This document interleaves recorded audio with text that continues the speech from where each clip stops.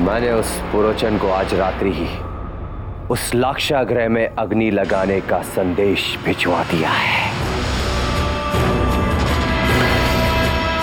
अब देखिएगा मामाश्री कैसे होता है पांडवों का संपूर्ण विनाश और हमारा पूर्ण विकास। भांजी, ये तुमने क्या किया? कम से कम एक बार अपने मामा श्री से पूछ तो लिया होता। हमें उस दूध को तुरंत वापस बुलाना होगा। प्रेरी! मामा श्री, ये आप क्या कर रहे हैं? क्यों बुला रहे हैं उस दूध को वापस? मर जाने दीजिए उन पांडवों को। तुम्हारे सारे प्रश्नों के उत्तर बाद में दूंगा, पहले मुझे उस दूध को बुलाने दो। प्रेरी! जो अभी अभी कक्ष से गए हैं उन्हें रोको, कहो हमने बुलाया है, फौरन। क्यों मामाश्री, क्यों? आपने योजना बनाई थी ना कि हम लाक्षागृह बनवाएंगे और उसी लाक्षागृह में उन पांडवों को जलाकर राख कर देंगे। तो अब क्या हो गया? कहीं ऐसा तो नहीं कि अचानक आपके हृदय में उन पांडवों के लिए स्नेह उत्पन्न हो गया है? हा? बस भांजे, बस। जिस दिन हथेली पर आम उगने लगेंगे उस दिन समझना तुम्हारे मामा श्री के हृदय में उन पांडवों के लिए स्नेह जागेगा। यही बात के समाप्त होने की, जैसे आधी रात को सूर्य नहीं उगता, जैसे पतझड़ में वन में मोर नहीं नाचता, उसी प्रकार हर बात का एक समय होता है, सही समय। वैसे ही पांडवों की मृत्यु का सही समय आएगा, अवश्य आएगा। यदि आज हम उन्हें मृत्यु दंड दे देते हैं, सारा संसार हम पे संदेह करेगा। प्रजा हमसे घृणा करेगी। किंतु भांजिए, यही यदि एक सप्ताह के बाद शिव समारोह के समय उनके यहाँ अग्नि लगती है, तो लोगों का ध्यान इस बात पर जाएगा ही नहीं कि ये दुर्घटनाएं थी या हत्याएं थी।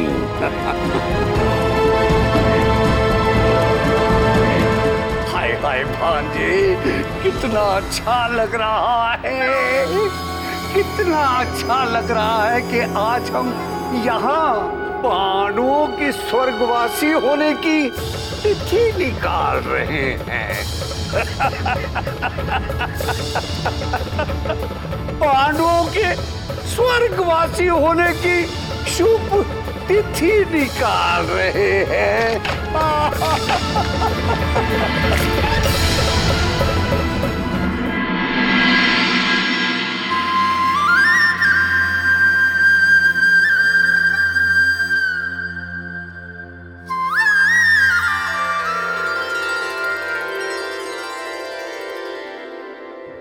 स्वामी, ऐसी मीठी मीठी सी हंसी क्यों?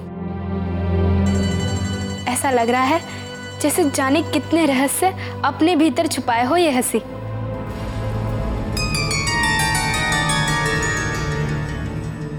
सत्यभामा,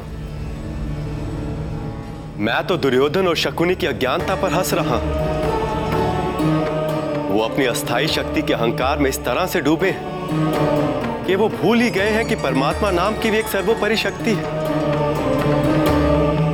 दोनों जीवन मृत्यु के निर्णय ले रहे हैं, औरों की मृत्यु का समय निश्चित कर रहे हैं, किंतु उनके अपने ही जीवन में अगले क्षण क्या होने वाला है उन्हें इसका अनुमान भी नहीं। हे देवी, ममत्व सर्वभूतान, अर्थात मैं ही हूं वो जो हर प्राणी में वास करता हूं।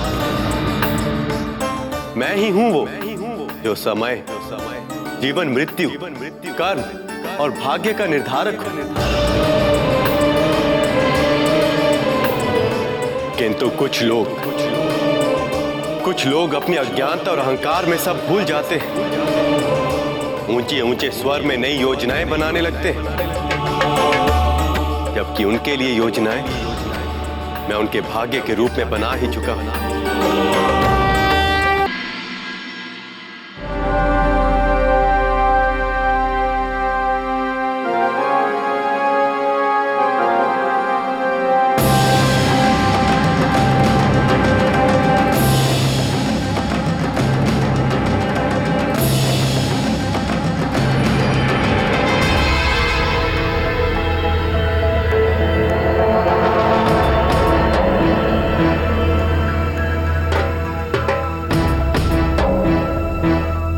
आज के लिए इतना बहुत है।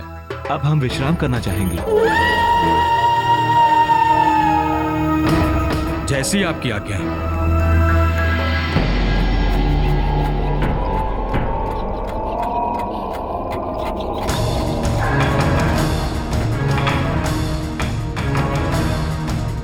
भ्राताश्री,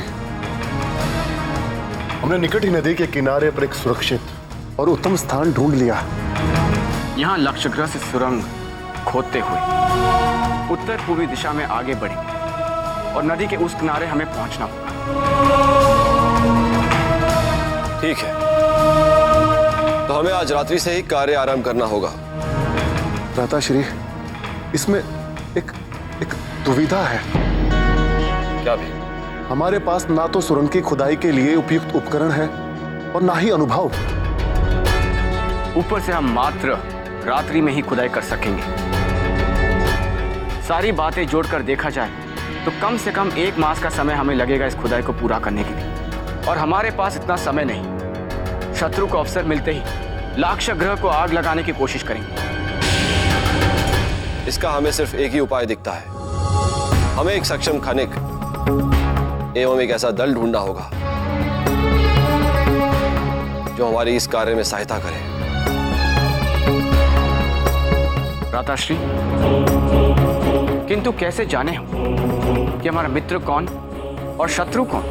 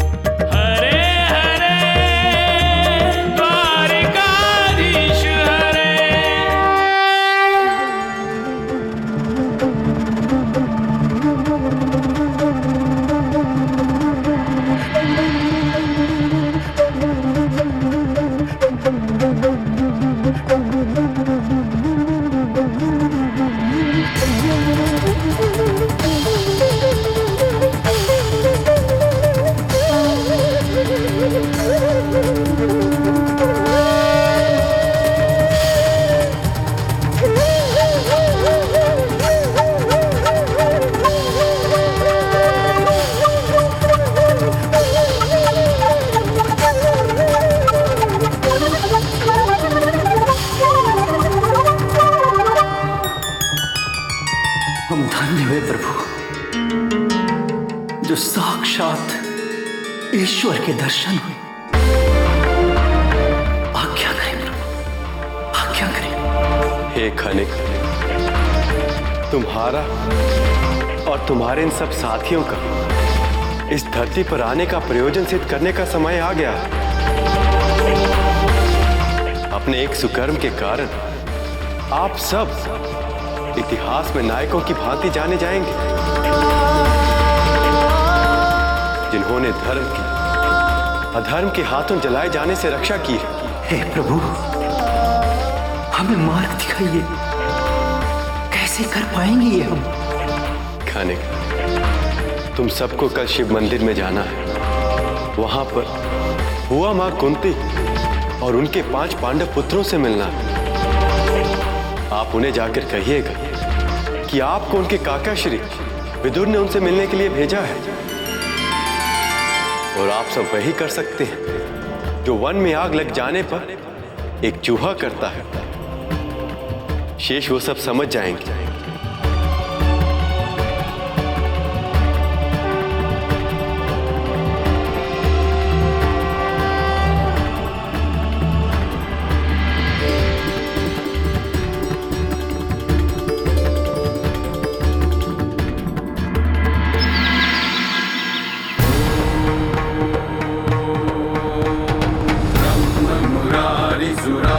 लिंगम निर्मल भासित शोभित लिंगम जन्मज दुख विनाशक लिंगम तत्प्रणमामि सदा शिवलिंगम। आप सब यहीं विश्राम करें। युवराज, किंतु हमें राजकुमार दुर्योधन ने यह आदेश दिया था कि ये सेना प्रधान भ्राता युधिष्ठिर युवराज है, दुर्योधन नहीं।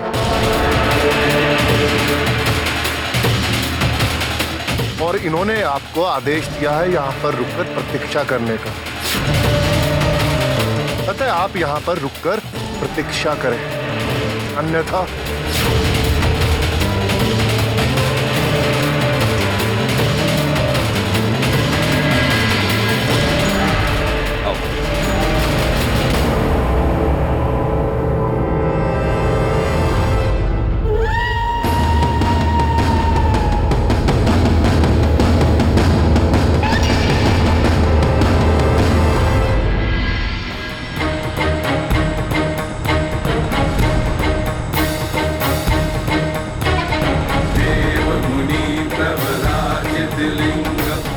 प्रभु हमारी मदद करो, मदद करो प्रभु।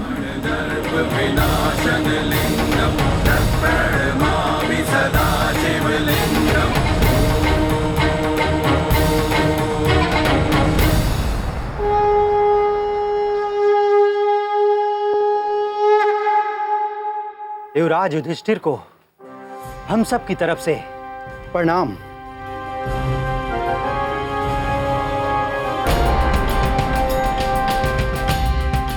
हम आपके दर्शन के लिए यहाँ रुके हुए थे युवराज।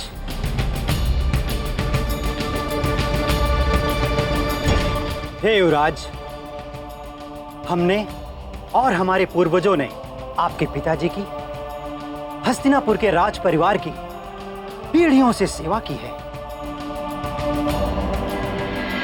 अब हम अंतिम श्वास तक आपकी सेवा करने के लिए आपके सामने हैं। श्रीमान, आप कौन हैं? अपना परिचय दें। क्या करते हैं आप? युवराज, हमारा कर्म ही हमारा सच्चा परिचय है। हम वारणा व्रत के सर्वश्रेष्ठ खनिक हैं।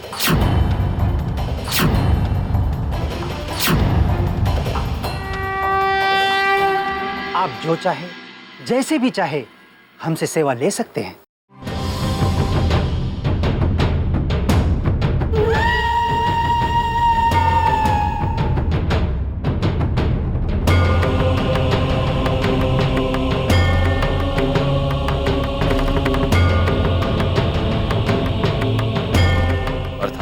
युवराज, कुछ भी करवाइए हमसे। धरती के गर्भ में खुदाई करके बहुमूल्य रत्न निकलवाइए, बड़ी बड़ी सुरंगें बनवाइए, पहाड़ों के मध्य में से मार्ग बनवाइए, हमसे जो भी चाहे करवाइए।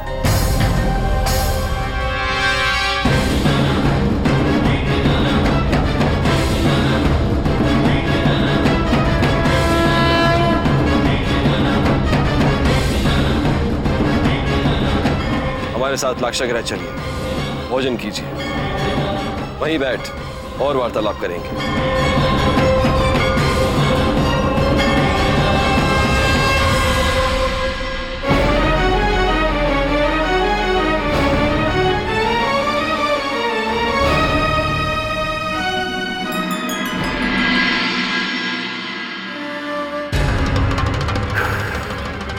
अरे भांजे भांजे, तुम्हारे यहाँ ऐसे घूमते रहने से कोई लाक्षागृह में अग्नि नहीं भड़क उठेगी भांजे। चलो चलो, थोड़ा भोजन कर लो। प्रतीक्षा नहीं हो रही है मामा श्री। दुर्योधन से अब प्रतीक्षा नहीं हो रही है। केवल एक दिन बीता है, केवल एक दिन। 6 दिन और शेष रह गए हैं उन पांडवों की मृत्यु का शुभ समाचार सुनने में अब आप ही बताइए कैसे प्रतीक्षा करूं मैं? अरे भांजे, प्रतीक्षा तो करनी ही पड़ेगी। देखो भांजे, जो कुछ भी हो रहा है वो हाँ हमारी योजना के अनुसार ही हो रहा है। कहीं तुम्हारा ये उतावलापन सब कुछ बिगाड़ के ना रख दे भांजे। केवल 6 दिन ही तो बचे हैं, केवल 6 दिन, और 6 दिनों के पश्चात एक कुंती पुत्र, इनका नाम तो केवल इतिहास में स्वर्ण अक्षरों में ही लिखा जाएगा।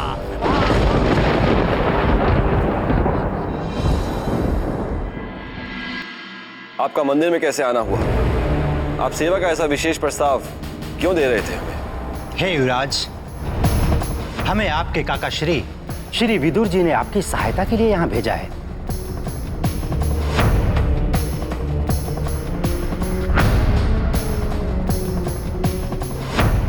किंतु मैं आपकी इस बात का विश्वास कैसे करूं? युवराज, उन्होंने हमसे कहा है कि हम आपसे ये कहें कि हम आपके लिए वो कर सकते हैं जो वन में आग लगने पर चूहा अपनी सुरक्षा के लिए करता है।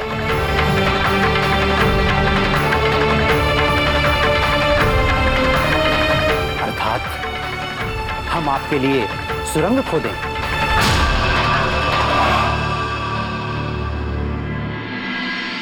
हे खनिक, इस सहायता के लिए हम आपके ऋणी हो गए। लज्जित ना करें युवराज, ये हमारा कर्तव्य ही नहीं, हमारा धर्म भी है। हे युवराज, कुछ खनिक लक्ष्य ग्रह के भीतर से आज रात ही खुदाई आरंभ कर देंगे और कुछ खनिक नदी के किनारे से इस ओर की खुदाई आरंभ कर देंगे, और सब कुछ ठीक रहा तो 1 सप्ताह के अंदर ही लक्ष्य ग्रह के सुरंग का निर्माण हो जाएगा। पर भ्राताश्री,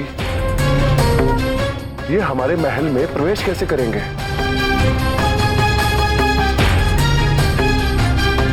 इसका प्रबंध मैं कल दान समारोह में कर दूंगा।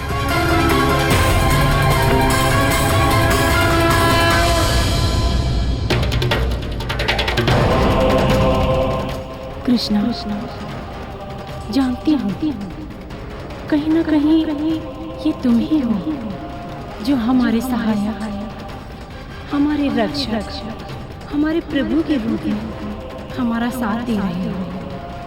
जब तक तुम साथ हो कोई भय नहीं मुझे।